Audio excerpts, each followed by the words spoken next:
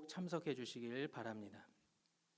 하나님 말씀 보겠습니다. 오늘 말씀은 호세아서 1장 1절부터 11절까지 말씀입니다.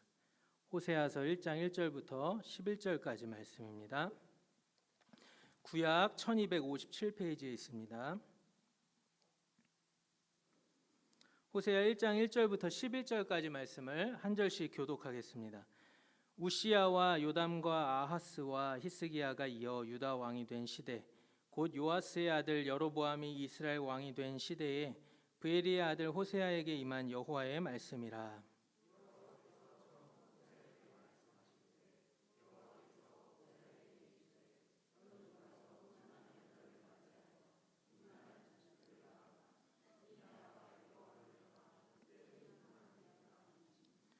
이에 그가 가서 디블라임의 딸 고멜을 맞이하였더니 고멜이 임신하여 아들을 낳으매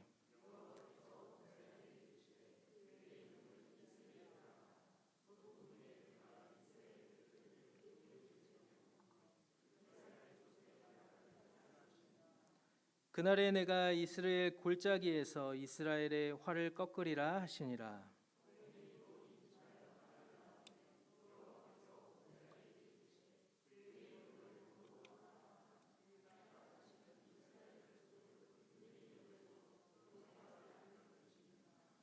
그러나 내가 유다 족속을 긍휼히 여겨 그들의 하나님 여호와로 구원하겠고 활과 칼이나 전쟁이나 말과 마병으로 구원하지 아니하리라 하시니라.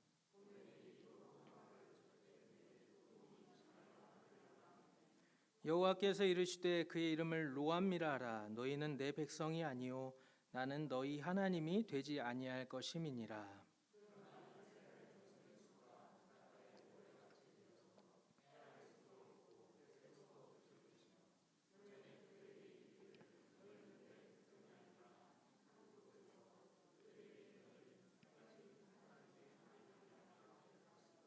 함께 읽겠습니다. 이에 유다 자손과 이스라엘 자손이 함께 모여 한 우두머리를 세우고 그 땅에서부터 올라오리니 이스라엘의 날이 클 것이미로다. 아멘.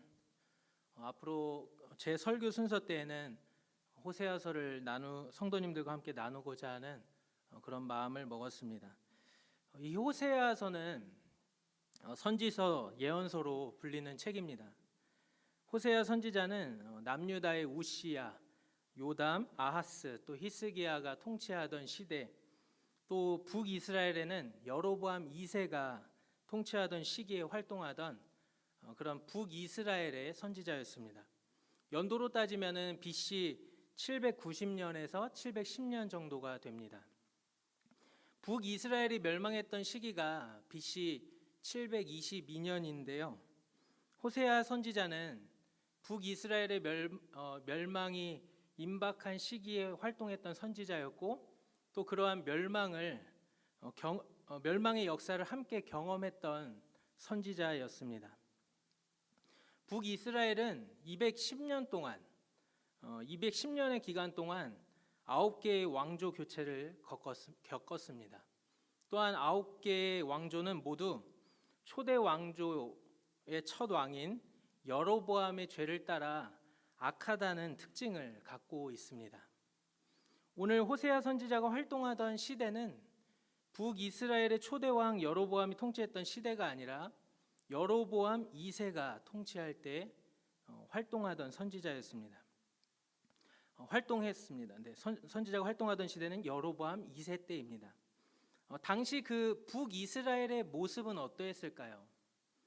앞으로 호세아서를 통해서 우리가 당시 시대에 대해 깊이 살펴볼 수 있을 것입니다. 오늘 우리가 살펴본 본문에도 당시 북이스라엘 시대가 어떠했는지 그 시대의 모습을 표현해주는 단어가 등장합니다. 그것은 바로 음란입니다. 오늘 본문 말씀 2절 우리 한번 같이 읽어보겠습니다. 여호와께서 처음 호세아에게 말씀하실 때 여호와께서 호세아에게 이르시되 너는 가서 음란한 여자를 맞이하여 음란한 자식들을 낳으라. 이 나라가 여호와를 떠나 크게 음란함이니라 하시니. 아멘. 이 음란함이라는 게 무엇일까요? 트리니티 복음주의 신학교의 구약학 교수인 반 게멜에는 호세아가 이스라엘이 불순종하였음과 여호와께 충성되지 못하였음을 지적하고 있다라고 말합니다. 즉 음란함이라는 것은 어떤 성적으로 타락한 것을 말하는 것이 아니라 하나님의 말씀에 불순종하고 여호와께 충성되지 못함을 말하는 것입니다. 즉 영적인 음란을 말하는 것입니다. 사랑하는 성도 여러분, 하나님께 충성하십시오. 죽도록 충성하십시오. 하나님이면 하나님, 세상이면 세상, 둘 중 하나를 택하십시오. 결코 이 둘은 같이 갈 수 없습니다. 여호수아 24장 23절 말씀을 우리 한번 같이 읽어보겠습니다. 시작. 여호수아가 이르되 그러면 이제 너희 중에 있는 이방 신들을 치워버리고 너희의 마음을 이스라엘의 하나님 여호와께로 향하라 하니, 이 말씀이 오늘날 강단에서 선포되어야 할 복음입니다. 여호수아의 이 설교는 타협 없는 복음에 대한 것입니다. 하나님께서 설교자로 세워주신 것은 그저 백성들의 상처를 가볍게 여기면서 평안하다 평안하다 외치라는 것이 아닙니다. 그러한 설교자들에게는 하나님께서 분명 책임을 물으실 것입니다. 존 메가더 목사님이 쓰신 값비싼 기독교라는 책을 우리 성도님들께 권해드립니다. 한번 읽어보시길 바랍니다. 이 책은 거짓 복음과 참된 복음에 대해서 말해주고 있는 책입니다. 오늘날 고객 만족을 추구하는 마케팅 교회의 잘못된 복음에 대해 지적하고 있습니다. 마케팅 교회의 복음이란 이런 것입니다. 소비자가 더 큰 햄버거를 원하면 햄버거를 더 크게 만들고, 병에 든 생수를 6가지 과일 맛으로 만들어 달라고 하면 그렇게 만들어주는 것입니다. 고객을 만족시키는 것입니다. 시장을 개척하고 경쟁에서 앞서 나가고 싶으면 고객들의 필요에 맞게 당신의 상품과 메시지를 수정하는 것입니다. 예배가 너무 길면 짧게 줄여주고, 너무 지루하면 멋진 밴드 음악을 준비하고, 설교가 너무 대결적이거나 비판적이거나 배타적이거나 위협적이고 믿을 수가 없고 이해하기 어렵거나 당신의 입맛에 안 맞으면 곳곳의 교회들이 당신의 기분을 더 편하게 하기 위해서 열심히 설교를 뜯어 고칩니다. 이에 대해 존 메가더 목사님이 이렇게 비판합니다. 이런 새로운 형태의 기독교는 당신을 동반자이자 교회 생활에 대한 설계 자문으로 만들고 구시대적인 권위, 죄책감을 느끼게 하는 말, 책임감, 도덕적 절대가치 따위를 없애버린다. 또한 그는 이렇게 말합니다. 참된 복음은 자기 부인을 요구한다. 그것은 자기 성취를 요구하는 것이 아니다. 그래서 참된 복음은 목회자들이 예수님을 실용적인 요술램프 속 거인처럼 여기는 오늘날의 변질된 복음과 반대편에 서게 된다. 그러면서 마태복음 16장 24절부터 25절 말씀, 누구든지 나를 따라오려거든 자기를 부인하고 자기 십자가를 지고 나를 따를 것이니라. 누구든지 제 목숨을 구원하고자 하면 잃을 것이요 누구든지 나를 위하여 제 목숨을 잃으면 찾으리라. 이 말씀을 인용하면서 복음을 이렇게 정의합니다. 복음은 나를 높이는 것이 아니다. 나를 죽이는 것이다. 그것은 자아의 죽음이다. 잃어야 얻는 것이다. 죽어야 사는 것이다. 바로 그것이 복음의 핵심적인 메시지다. 그것이 제자도의 본질이다. 이러한 시대적인 상황, 음란한 상황을 전제로 오늘 호세아서를 계속 묵상을 했습니다. 오늘 본문의 이야기는 하나님께서 호세아에게 처음 말씀하시는 이야기입니다. 호세아에게 임한 첫 번째 하나님의 말씀은 이것입니다. 너는 가서 음란한 여자를 맞이하여 음란한 자식들을 낳으라. 이 나라가 여호와를 떠나 크게 음란함이니라 하시니. 오늘 이 말씀을 묵상하면서 하나님, 호세아에게 그냥 말씀을 전하라고 하시지 호세아에게 굳이 이렇게 음란한 여인을 맞이하여 음란한 자식들을 낳으라고 하시는 이유가 무엇입니까? 이런 질문을 했습니다. 왜 하나님은 호세아에게 음란한 여인을 맞이하게 하신 걸까요? 음란한 여인을 맞이할 때 호세아의 마음은 어땠을까요? 이 고민을 할 때에 깨달았던 부분들을 우리 성도님들과 함께 나누려고 합니다. 이 음란한 여인을 맞이하라는 하나님의 말씀이 혹시 부당하게 느껴지는 분이 계신가요?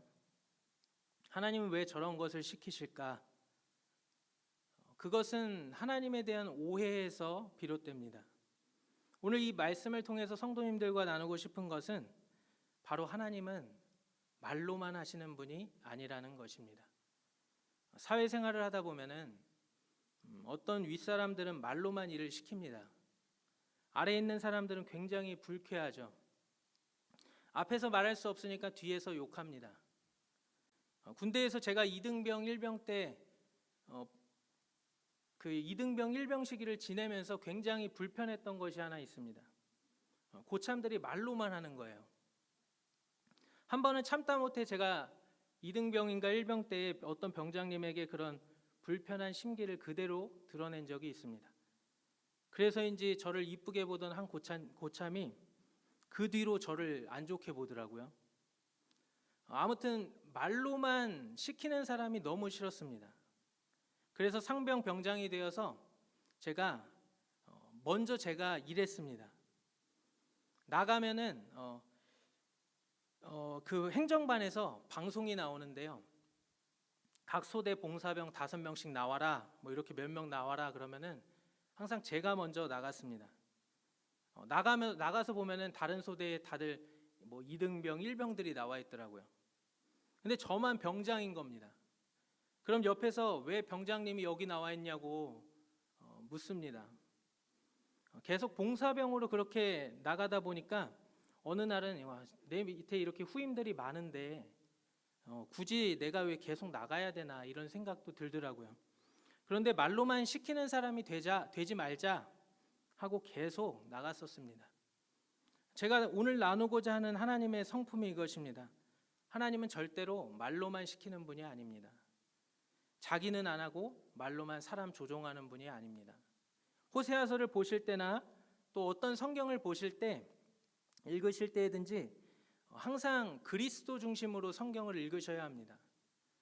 구약에서 출애굽한 이스라엘 백성들이 광야에서 먹을 물이 없을 때, 그래서 원망불평하고 있을 때 하나님께서 모세에게 반석을 쳐서 물을 내라고 하셨죠. 고린도전서 10장에 보시면은 바울은 그 반석이 바로 그리스도라고 말하고 있습니다. 성경은 모든 것이 그리스도께로 향합니다.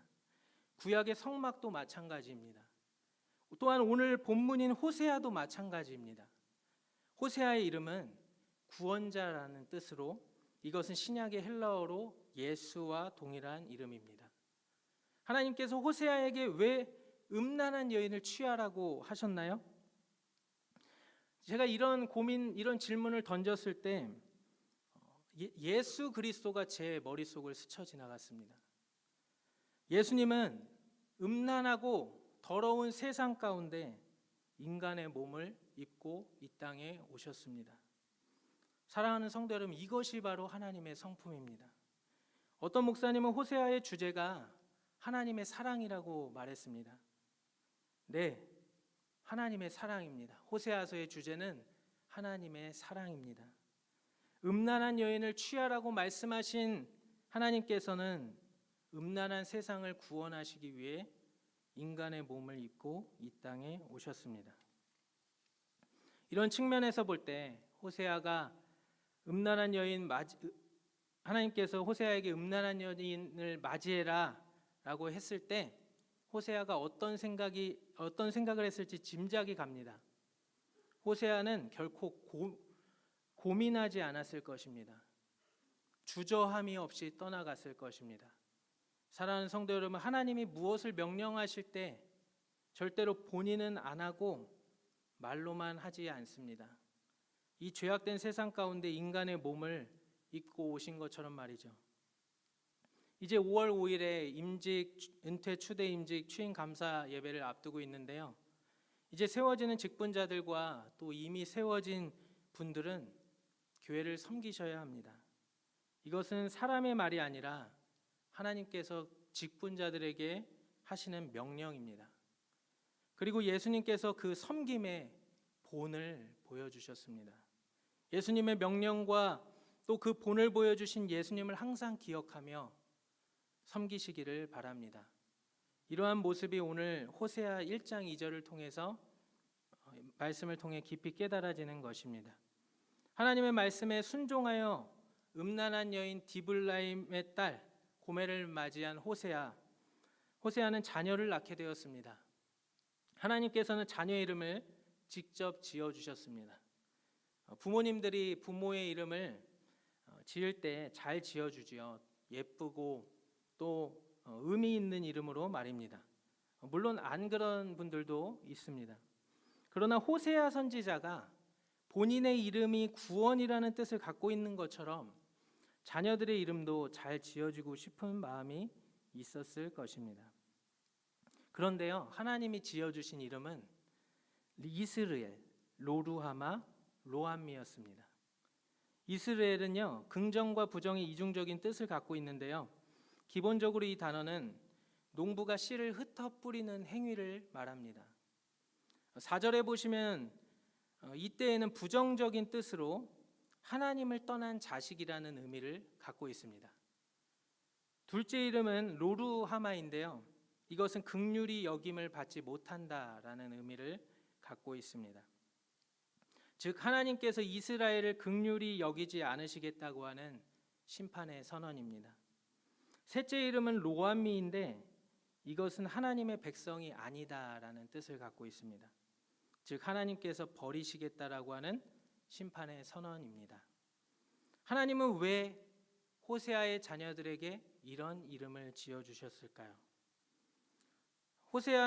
호세아가 하나님은 왜 나의 자녀들에게 이런 이름을 지어주셨을까, 이런 생각을 해보질까, 이런 질문을 해보지 않았을까 하는 생각이 듭니다. 이쁘고 좋은 이름 많은데 하나님은 왜 이런 심판의 메시지를 다른 사람도 아니고 저런 음란한 짓 하는 저 이스라엘 백성이 아니고 왜 호세아 선지자에게 이런 이름, 자녀들에게 이런 이름을 지어주셨을까요?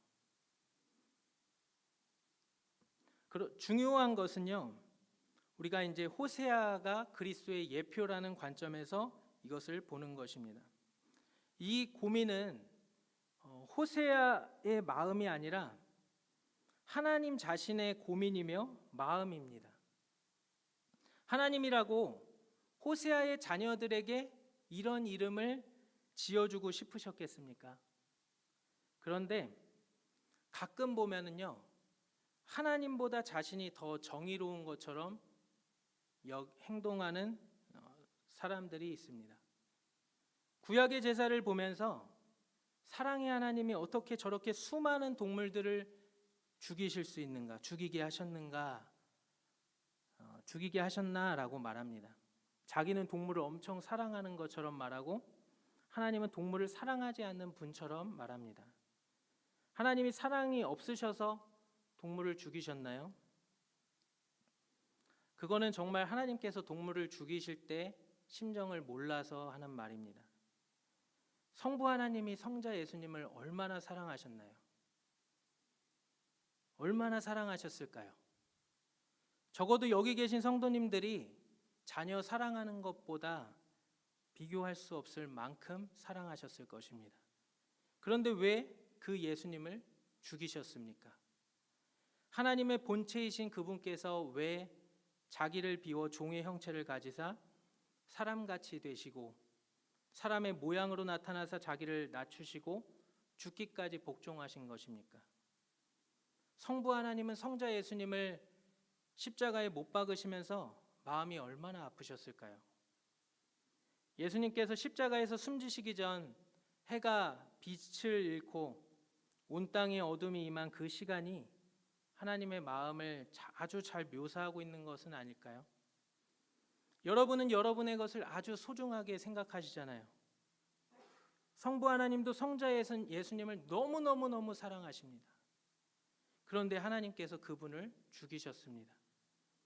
그분에게 온갖 수치와 조롱과 모욕을 당하게 하셨습니다. 호세아에게 이스르엘, 로루아마, 로암미라 하는 이름을 주셨지만 자신의 아들에게는 자칭 유대인의 왕, 나사렛 이단 소리를 듣게 하시고 수치와 희롱을 당하게 하셨습니다. 이것이 하나님의 사랑입니다. 사랑하는 성도 여러분, 하나님께서 여러분에게 무엇을 시키실 때 잘 순종이 안 되십니까? 하나님께서 아브라함에게 이삭을 제물로 바치라고 하셨을 때 아브라함이 즉시 순종했지요. 아브라함이 하나님께 하나님 왜 줬다 뺏으십니까? 100세에 얻은 귀한 내 아들 왜 또 번제로 바치라고 하십니까? 이렇게 말하지 않고 다음 날 새벽에 바로 번제로 바칠 모든 준비를 하여 떠났습니다. 오늘 이것을 통하여 여러분이 가장 먼저 알아야 할 사실은 여러분도 자식 바치라는 것이 아닙니다. 하나님의 성품을 알라고 하는 것입니다. 우리가 알아야 하는 것은 하나님의 성품입니다. 이방인들이 우상에게 인신제사하듯이 하나님께 자식으로 제사드리라는 것 아닙니다. 하나님이 우리에게 깨닫게 하고 싶으신 것은 아브라함의 순종보다도 먼저 하나님이 우리를 얼마나 사랑하시는가, 하나님의 독생자 예수 그리스도를 화목제물로 삼으실 만큼 얼마나 우리를 사랑하시는지 그거 알라고 주시는 말씀입니다. 여러분이 하나님의 그 신실하신 사랑을 깨닫게 되면 순종이 달라집니다. 하나님이 어떠한 요구를 당신에게, 우리 성도님들에게 할지라도 그 음성에 기쁜 마음으로 순종하며 살아가게 될 것입니다. 호세아서를 읽으면서 또는 성경을 읽으면서 하나님의 사랑을 깨닫지 못하는 것만큼 큰 비극은 없습니다. 오늘 호세아서를 통해서 하나님의 그 크신 사랑을 깨닫고 찬양하는 그러한 시간이 되기를 원합니다. 우리와 함께 이 밤에 그 크신 하나님의 사랑을 찬양하기 원합니다.